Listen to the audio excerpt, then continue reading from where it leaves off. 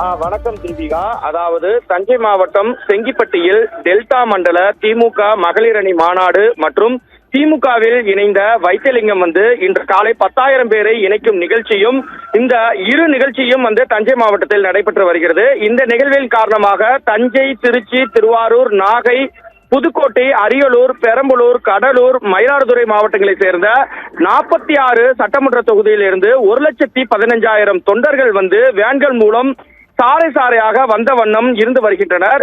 முதலமைச்சர் வருகைக்காக திருச்சி போகும் வாகனத்தை வல்லம்புதூர் வழியாக போக்குவரத்தை போலீசார் தற்போது மாற்றி அமைத்துள்ளனர். இதனால் அவசர சிகிச்சைக்காக ஆம்புலன்ஸ் ஒன்று போக்குவரத்து நெரிசலில் சிக்கிக் கொண்டது. இதனால் 1 மணி நேரமாக ஆம்புலன்ஸ் ஓட்டுநர் தவித்து வந்தார்.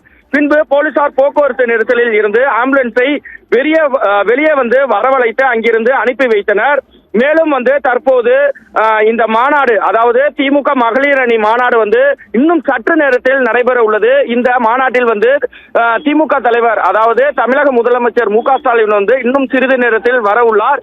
இந்த நிகழ்வில் கலந்து கொண்டு முக்கிய உரையும் ஆற்ற இருக்கிறார் என்பதும் குறிப்பிடத்தக்கது. தீபிகா.